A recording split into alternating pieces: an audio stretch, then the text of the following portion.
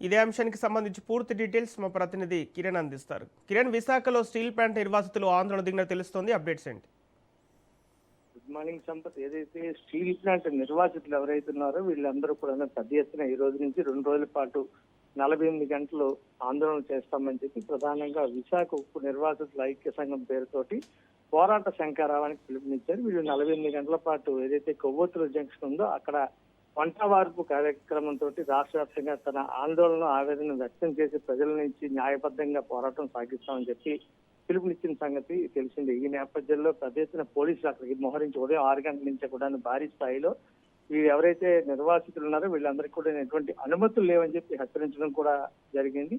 అయితే మొత్తం 4 వైపుల నుంచి కూడాను అనూహ్యంగా పెద్ద ఎత్తున తరలి వస్తున్న నేపథ్యంలో ఈ ఐక్య సంఘానికి సంబంధించిన ప్రతినిధులందరూ కూడాను వాళ్ళందరినీ కూడా అదుపులో కూడా తీసుకోవడం జరిగింది. మరి కాసేపట్లో ఏదైతే స్థానిక ఎమ్మెల్యే అయినటువంటి పల్లా శ్రీనివాసరావు పార్టీ కార్యాలయాన్ని ముట్టడిస్తామని చెప్పి కొంతమంది అక్కడికి కూడా చేరుకోవడం జరుగుతుంది. ప్రధానంగా వాళ్ళ డిమాండ్ ఏదైతే నిర్వాసితులుగా స్టీల్ ప్లాంట్ నిర్మాణానికి భూములను ఏవైతే ఇచ్చామో ఆ భూములను కోల్పోయి ఈ రోజు తాముకు ఉపాధి లేకుండా ఉన్నాయని చెప్పి ఒక పక్క కేంద్ర ప్రభుత్వం ఏమో ప్రైవేటీకరణ దిశగా అడుగులు వేస్తున్నట్టుగా తాము ఆందోళన వ్యక్తం చేస్తామని చెప్పి ప్రభుత్వం ఈ రకమైన నిర్ణయం తీసుకోవడం కరెక్ట్ కాదని చెప్పి వాళ్ళందరూ కూడా ఆందోళనకు పిలుపునిచ్చారు.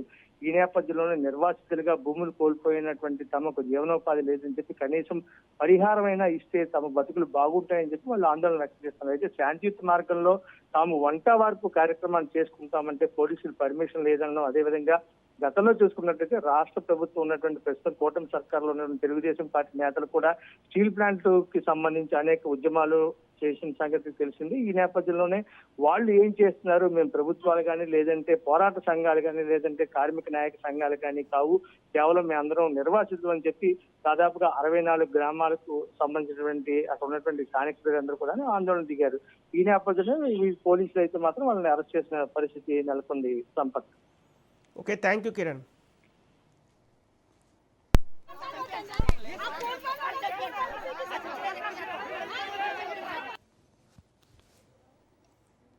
విశాఖలో స్టీల్ ప్లాంట్ నిర్వాసితులు ఆందోళన దిగారు. 48 గంటల పాటు నిరసనకు పిలుపునిచ్చారు. కొవ్వొత్తుల జంక్షన్ నిర్వాసితులు చేరుకున్నారు. స్టీల్ ప్లాంట్కు వెళ్లే రోడ్డుకు అడ్డంగా పోలీసులు బారికేడ్లు పెట్టారు. బారికేడ్లు దాటుకుంటూ వెళ్లేందుకు నిర్వాసితులు ప్రయత్నించారు. నిర్వాసితులు పోలీసుల మధ్య తోపులాట జరిగింది.